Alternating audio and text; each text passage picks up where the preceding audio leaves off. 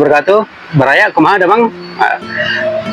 Kali ini podcast kali ini kita pengen bahas satu topik yang mungkin di luar nalar gitu, di luar nalar dunia gaib. bukan. Tapi memang ini tema yang lumayan berat lah ya. Dan memang sering sekali kita lihat ada kejadiannya gitu, baik itu di Indonesia ataupun di luar negeri, yaitu tentang split personality.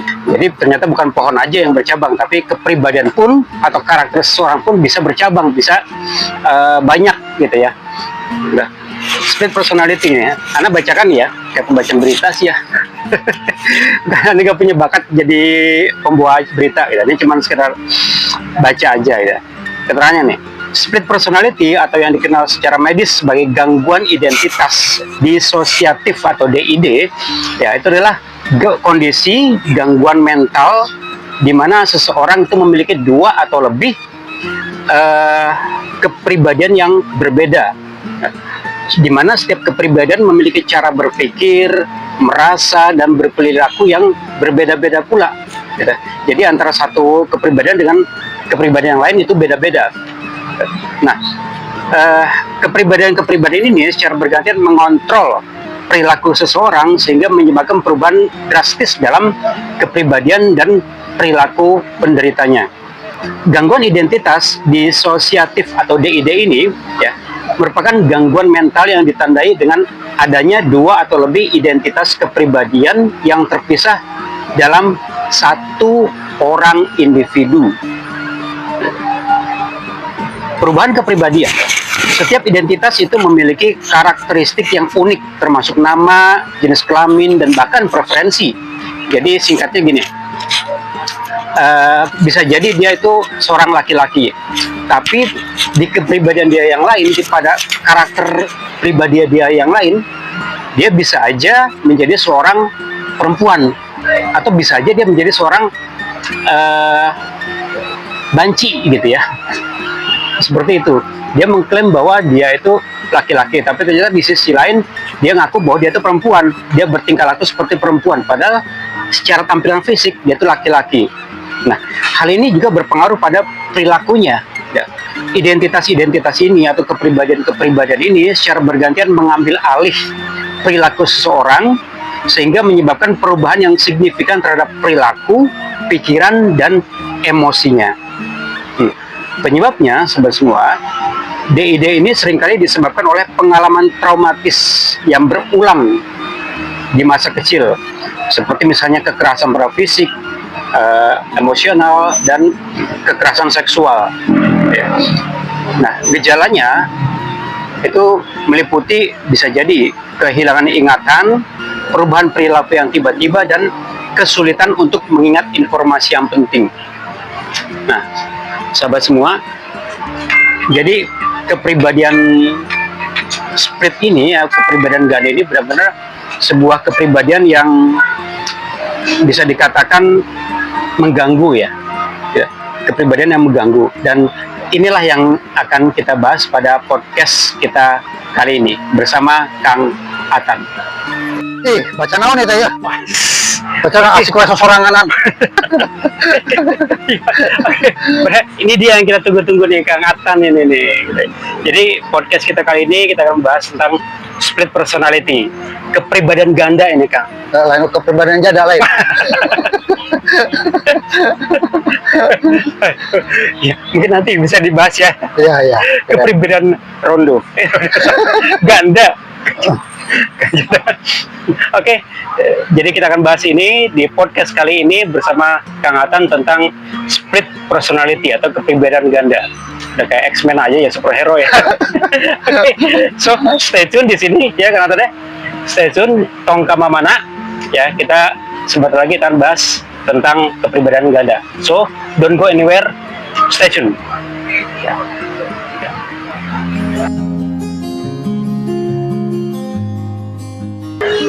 Assalamualaikum warahmatullahi wabarakatuh.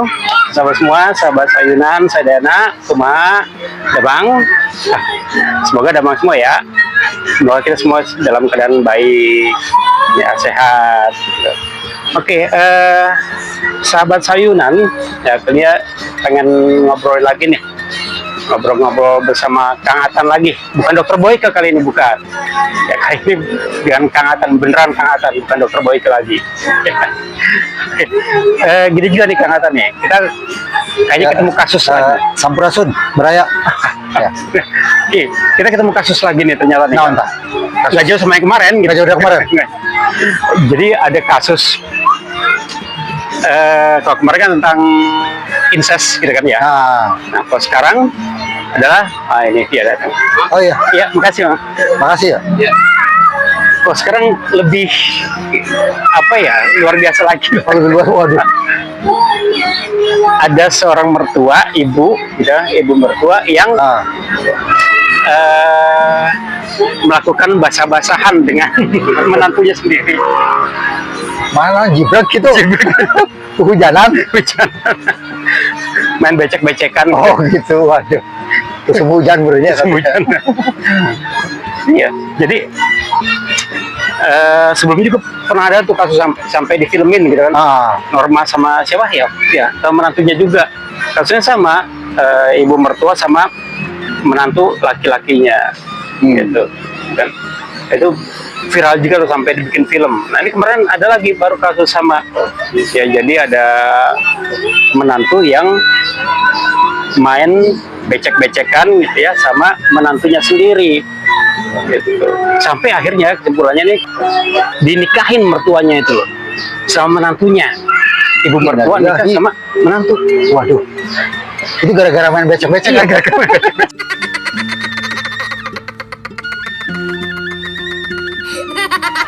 Gimana itu Kang Atan? Makanya karena ini sekarang musim hujan jadi harus hati-hati. Jangan sering masih main becek-becekan gitu. Gitu. Ini luar biasa. Bahkan baru-baru ini Anda juga pernah dengar berita baru kejadian ayah main becek-becekan sama anak perempuannya kandung. Waduh.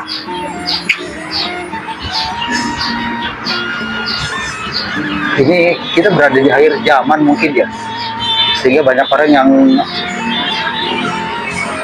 resep karena becek-becekan gitu. Iya, itu digerebek itu sama warga itu gara-gara kan mereka tinggal berdua gitu kan, karena ibunya udah nggak ada, tinggal berdua, digerebek sama warga gara-gara warga ini atau tetangga-tetangga sekitar sering ngedenger suara lagi main becek-becekannya itu. Aduh, cipak-cipak airnya gitu. Aduh ya Allah, ini gimana gitu. ini tayangan khusus buat orang-orang yang sudah akil balik ya. Not for kids. Not for kids nih. Not for kids ya. Ya. Di dalam membaca beberapa kejadian yang tanda kutip membingungkan, membagongkan sekarang ini, konsep kita tetap harus dengan Bismi Rabbik. Kita harus tetap dengan Bismi Rabbik. Karena itu mabda yang diridhoi oleh Sang Pencipta. Kalau kita membaca dengan selain Bismi Rabbik, maka konsep bacaan kita itu pun tidak punya nilai apapun di hadapan Allah. Selalu harus dengan kacamata Islam gitu ya. Harus dengan kacamata Bismi Rabbik, dengan kacamata Islam. Kalau di luar itu pasti nggak akan ketemu dengan solusi yang sejatinya manusia. Mencoba kembali berkaca kepada diri kita sendiri. Peristiwa ini menunjukkan bahwa kita ini sedang jauh dari Sang Pencipta. Kita jauh dari ajaran-ajaran yang Allah berikan kepada kita, sehingga hal-hal tadi yang model becek-becekan, incest dan sebagainya itu terjadi karena kita jauh dari Allah. Ya. Sambil es doger baraya, es doger. Ini lagi becek juga. Basah, dingin ini basah es gitu ya. Ini pas kebetulan suasana lagi panas, memang enaknya becek-becekan. Iya benar. Bismillah. Bismillah.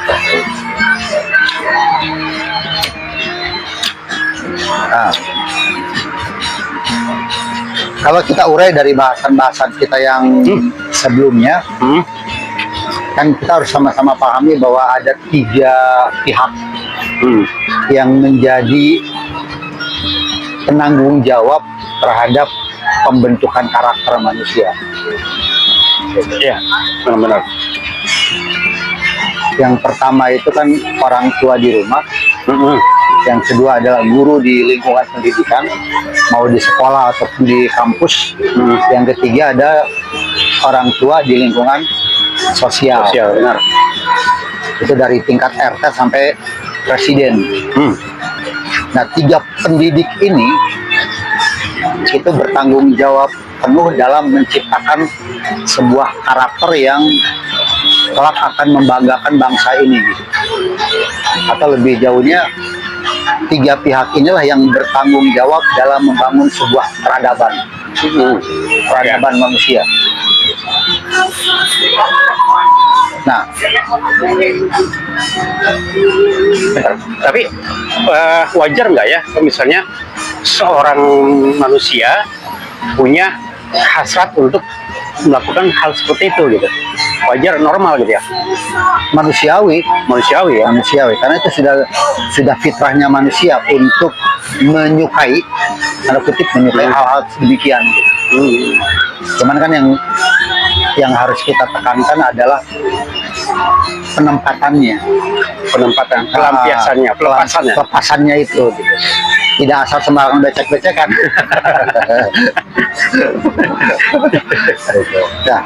Nah,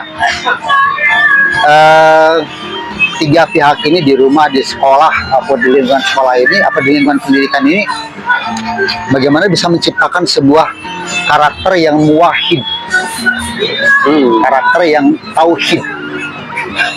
Karena itu yang tadi disampaikan, terjadi karena adanya tadi split personality,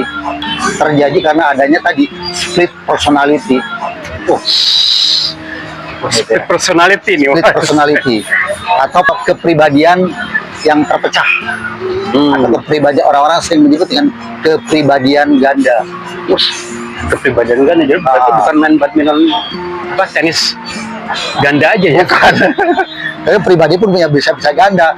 Oh ya, ini perlu dicatat ya, ganda pakai G bukan J. Ganda bukan janda. Atau pakai R, ganda. Rondum.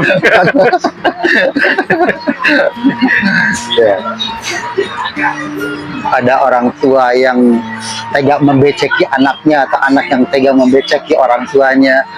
Ada terjadi kasus tadi split personality gitu. Nah, ini kenapa hal itu terjadi? Karena tadi kita lepas dari unsur ketauhidan kita sebagai manusia sejati. Padahal Allah sudah menciptakan manusia itu dengan sangat luar biasa indahnya. Makanya keindahan manusia itu ketika manusia itu bersandar kepada ilahiyah, kepada ketauhidan. Ketika manusia itu sudah tauhid, maka dia akan bisa menghindarkan dirinya dari pribadi yang terpecah tadi, split personality atau kepribadian Enggak gitu ya? apa tadi? Kepribadian apa ya? Rada apa janda? Apa janda? Kepribadian Hambur-hambur aja. Nah, di dalam surat Al-Hasr ayat ke-19, nanti kita tampilkan ayatnya. Allah sendiri mengatakan, janganlah kamu seperti orang yang lupa kepada Allah, lalu Allah menjadikan mereka lupa terhadap kepada dirinya sendiri. Ini dasar sebenarnya yang harus kita jadikan sebuah warning, sebuah kewaspadaan, agar kita jangan sampai lupa kepada yang menciptakan kita, kepada Allah. Ya. Kalau sudah lupa ya kepada Allah, maka Allah pun akan menjadikan kita lupa diri. Iya. Nah, terkait dengan kepribadian ganda ini nih, kepribadian ganda. Anda pernah baca sebuah cerita kejadian nyata ya di Indonesia sekitar tahun udah lama ya, ada satu orang perempuan di mana dia itu punya 9 kepribadian katanya. Ya, punya 9 kepribadian, sahabat semua beraya. Di mana tiap kepribadian itu punya karakter yang beda-beda gitu ya. Karena lupa siapa namanya gitu ya, tapi pernah kejadian di Indonesia. Nah, ketika dia sedang berada dalam satu kepribadian yang ini, yang satu gitu ya, dia menjadi orang yang kayak apa ya, beda atau menjadi orang yang lupa gitu loh dengan kepribadiannya lain. Begitupun ketika misalnya kepribadian berubah lagi, dia menjadi lupa dengan kepribadian dia yang lain. Kayaknya dia melakukan satu perbuatan, kemudian perbuatan itu dia lupa gitu loh. Apa yang sudah pernah dia lakukan pada kepribadian yang sebelumnya, dia nggak pernah ingat gitu. Jadi ciri-ciri orang yang memiliki split personality itu pada kondisi tertentu dia akan memiliki kepribadian seperti A. Begitu berganti, si A-nya berganti, maka dia akan memiliki kepribadian seperti si B. Terus begitu. Dan dia akan melupakan kepribadian yang lain ketika satu pribadi itu muncul. Kalau di dalam ilmu psikologi ada yang namanya kita sebut dengan personal disorder. Berat nih. Ada kepribadian yang salah arah gitu. Perbedaan salah arah. Perbedaan yang salah arah, yang tidak pada tempatnya. Ini salah satu faktor penyebabnya karena 3 orang tua ini itu tidak satu sinergi. Di dalam persoalan sosial apapun yang terjadi hari ini, itu pasti 3 orang tua ini tidak sinergi. Di rumah, di sekolah, ataupun di lingkungan, dia tidak satu sinergi. Dia tidak memiliki mabda yang sama. Tiga-tiganya itu ya? Tiga-tiganya itu tidak memiliki mabda yang sama. Silahkan dicek lah. Pasti mabdanya berbeda-beda. Ketika mabdanya berbeda-beda, konsep pemikiran dasarnya berbeda, maka manhajnya pun beda, sistemnya pun, caranya itu pasti berbeda. Maka tujuannya pun berbeda. Kenapa di dalam Islam itu menekankan sekali ajaran yang pertama itu tentang ketauhidan? Ya, karena ini adalah pondasi utama untuk menghindari manusia dari split personality.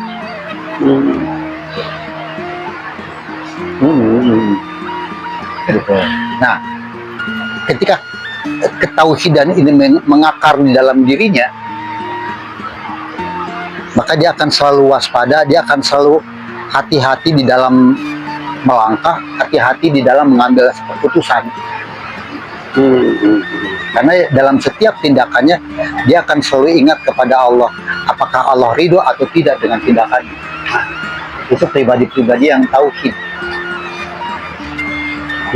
Baik itu orang tua, baik itu pelaku pendidikan di lingkungan sekolah maupun pelaku pendidikan di lingkungan sosial.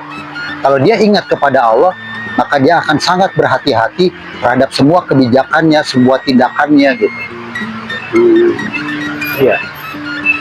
Semuanya ya? Itu semuanya. Itu dasarnya dari awalnya dari situ.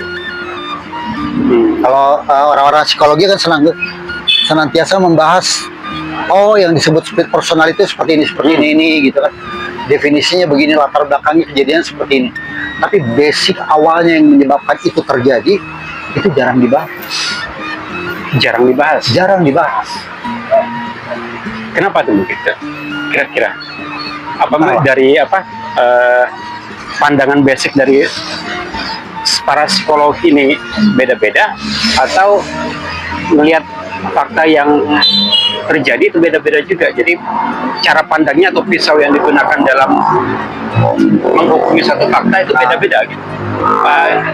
Bisa jadi begitu. Bisa jadi begitu. Dari latar belakang pendidikan yang dia punya, latar belakang sosial yang dia punya ketika memahami sesuatu, berdasarkan dari sudut pandangnya sendiri, bukan Bismi Robbi. Iya, iya. Dari sini kan terlihat pula bahwa para pendidik ini, baik orang tua maupun di lingkungan pendidikan dan di sosial, tidak memiliki kesamaan pandang. Maka konsepnya harus selalu Bismi Robbi dengan konsepnya Allah. Bukan dengan sudut pandang budaya. Itu kan sudah budaya begitu, nggak bisa gitu. Berarti memang dilihat dari latar belakang pemikiran dia dalam melihat sesuatu gitu ya, Iya. atau dari hasil pendidikan dia sebelumnya gitu. Iya, Dari mana dia mendapatkan ilmu pengetahuan tentang sesuatu Iya, tersebut betul. gitu ya. Nah, iya, juga kalau memang ditarik jauh ke belakang gitu ya, sumbernya ada di pendidikan yang secara turun temurun diberikan gitu kan. iya, Gitu ya. Yang mengakibatkan seseorang itu punya pemikiran beda-beda, sudut pandang yang beda-beda gitu. iya. Gitu. Itu tadi dari patokan kita harus kembali kepada surat Asr ya, ayat 19. Bahwa janganlah kamu seperti orang yang lupa kepada Allah, lalu Allah menjadikan mereka lupa pada diri mereka sendiri. Dulu Rasulullah Shallallahu Alaihi Wasallam ketika beliau berkecimpung di satu organisasi yang namanya Hilful Fudul. Dan organisasi Hilful Fudul ini adalah organisasi yang diinisiasi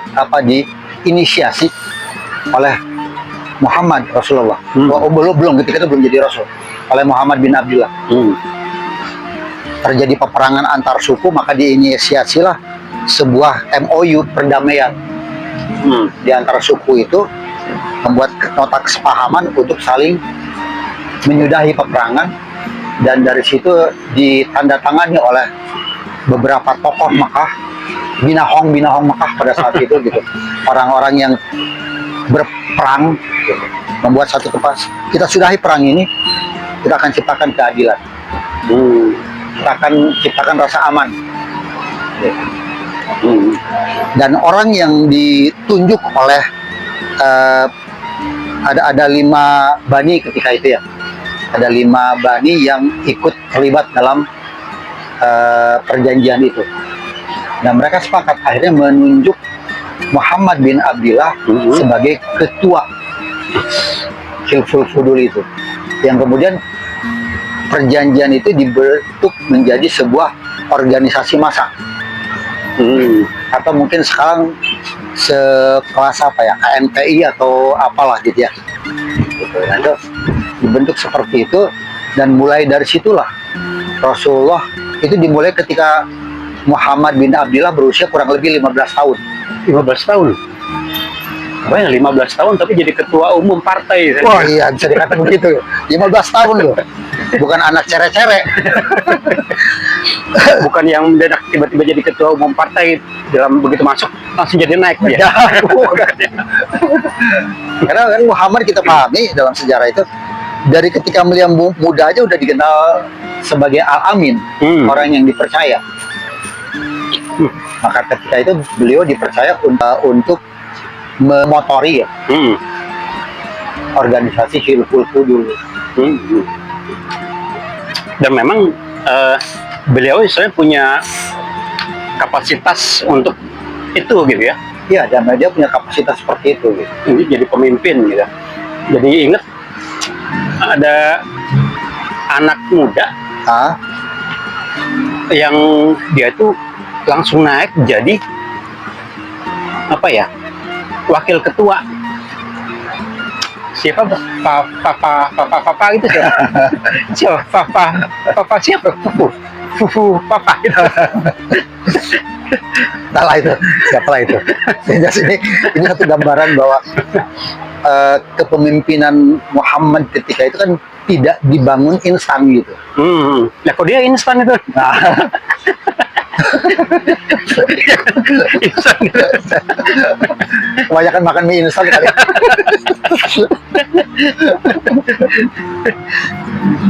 Bagaimana dulu Muhammad bisa tahu mengetuai sebuah partai besar Hilful Fudul gitu, dan itu dibangun dari beliau masih batita udah dipersiapkan gitu oleh kakeknya kan, siapa kakeknya tuh Abdul Muthalib. Abdul Muthalib Udah dipersiapkan gitu. Bahkan beliau seringkali ketika para binahong Mekah berkumpul, para sesepuh, para tokoh-tokoh Mekah berkumpul itu, Muhammad seringkali dihadirkan oleh Abdul Muthalib, bahkan duduk di pangkuannya. Dan memang ketika itu ada yang mencibir, masa anak kecil gitu. Tapi Abdul Muthalib di situ mengajarkan tentang nilai-nilai kepemimpinan, serta bagaimana Muhammad dari kecil sudah diarahkan untuk memiliki wawasan dan pandangan yang luas tentang segala sesuatu. Maka tidak mengherankan beliau dalam usia 15 tahun sudah ditunjuk untuk memimpin organisasi Hilful Fudul itu. Jadi ingat juga nih. Ingat juga ada salah satu sahabat Rasulullah itu masih muda, di mana beliau itu malah diangkat jadi apa istilahnya panglima gitu, panglima perang kalau nggak salah untuk memimpin para sahabat senior. Iya. Ya, kalau nggak salah tuh Usama bin Zaid ya, Usama bin Zaid. Ya. Kan luar biasa gitu ya. Dan dia menggantikan panglima besar. Iya. Khalid bin Walid yang sudah berpengalaman dalam melintang begitu peperangan gitu. Iya. Luar biasa. Itu luar biasa. Tapi masih belia tuh sih. Masih belia. Masih belia. Masih belasan tahun lah umurnya. Belum umur 20-an? Belum. Sekitar umur 15 atau 17 tahun itu dia diangkat itu. Tapi luar biasa dibandingkan sama orang yang tiba-tiba instan. Nah ini Mbak Baraya harus kita jadikan satu pembelajaran bagaimana dulu orang-orang para sahabat dahulu mencetak kader yang luar biasa ya. Itu tidak instan gitu, tapi betul-betul wawasannya digembleng, keilmuannya digembleng gitu kan. Dan itu didukung tidak hanya dari orang tua di rumah, tidak hanya dari tempat dia menimba ilmu, guru-guru pada saat itu gitu, termasuk di lingkungan itu ikut bertanggung jawab dalam menciptakan karakter-karakter seperti Usama bin Zaid dan Ali bin Abi Thalib gitu. Iya. Termasuk Zaid bin Harithah kan dikader langsung oleh Rasul gitu. Ini karena Rasulullah tahu persis bahwa peradaban itu dimulai dari sebuah pendidikan yang beradab dengan mabda yang mulia gitu.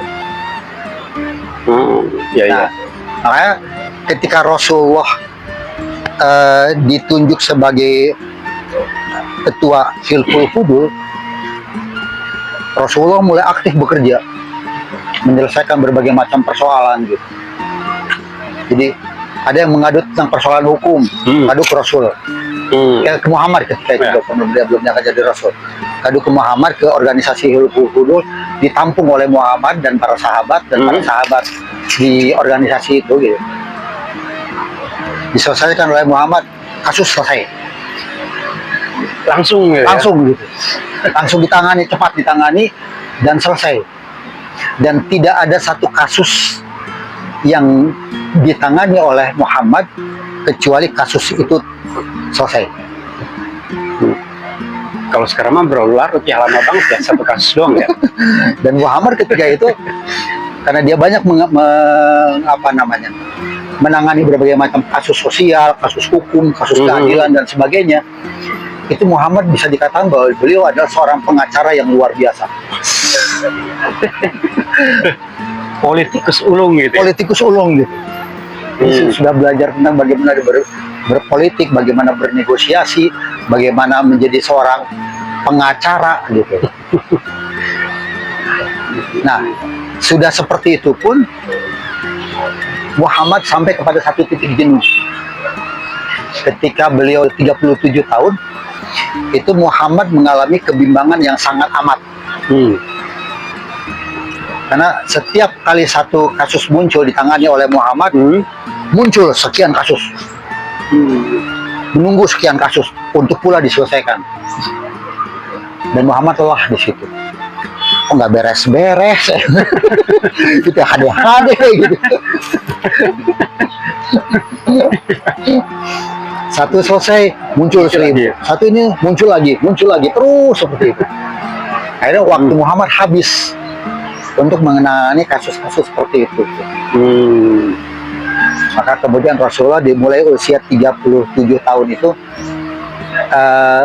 melakukan sebuah kontemplasi besar-besaran, Menyepi, berhalwat ya itu. berhalwat gitu di satu tempat yang tersembunyi jauh dari keramaian. Ya, tepatnya di Gua Hiro. Gitu.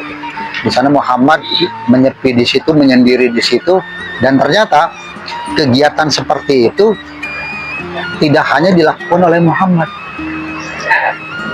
Para cendikiawan Mekah pada saat itu pun melakukan hal yang sama.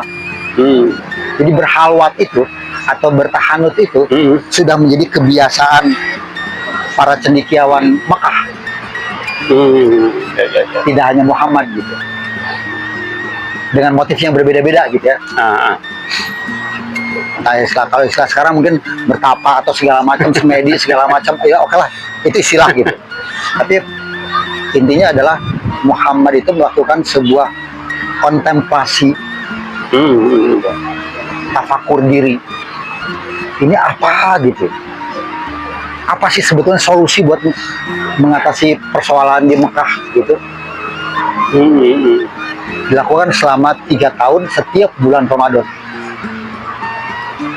Iya. Sampai ketika di tahun ketiga Rasulullah berhalwat itu, bertahanut atau berkontemplasi, malaikat Jibril ke Muhammad, dia datang kepada Muhammad, ya Muhammad, iqra. Sebelumnya diawali dengan satu kalimat penegasan dari Jibril, pengangkatan SK kenabian. Ada SK. Ada SK-nya gitu. Ya Muhammad, anta Rasulullah, ana Jibril. Ya Muhammad, ana Jibril wa anta Rasulullah. Itu adalah SK kenabian yang disampaikan Jibril kepada Muhammad.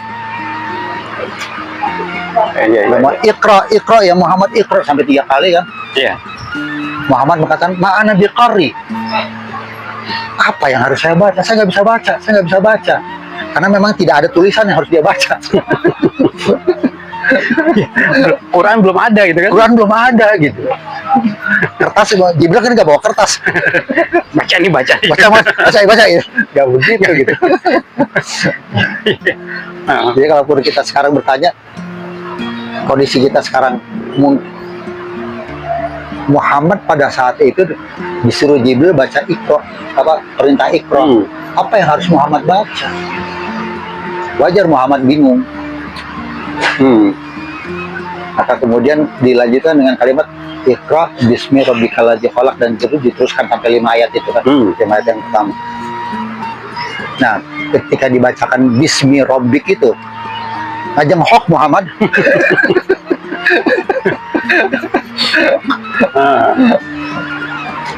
Menggigil gitu ya? Menggigil gitu, kaget ketika dia tahu apa yang harus dia baca gitu. Nah, kalau misalnya ditarik lagi ke yang awal tadi, apakah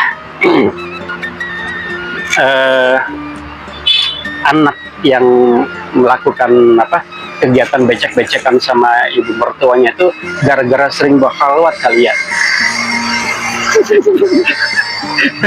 Jadi dia pengen berkontemplasi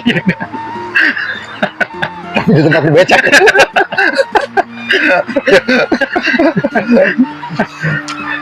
Saya berhalwat sama sorangan gitu, berhalwat keduaan.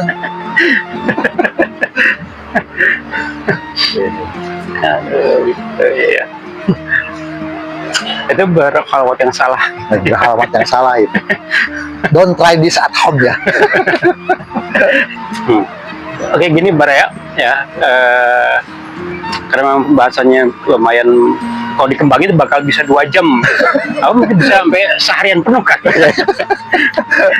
Memang kita keterbatasan waktu gitu ya tentang urusan becek-becekan ini.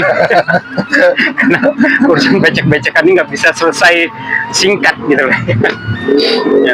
Ya mungkin nanti kita bisa lanjut lagi gitu ya. Tapi memang pada intinya adalah fondasi dalam kita melakukan sebuah aktivitas ya, itu harus kembali pada Bismillahirrahmanirrahim tadi ya, fondasinya itu. Atau dengan kata lain fondasinya adalah Islam gitu. Dengan kata lain juga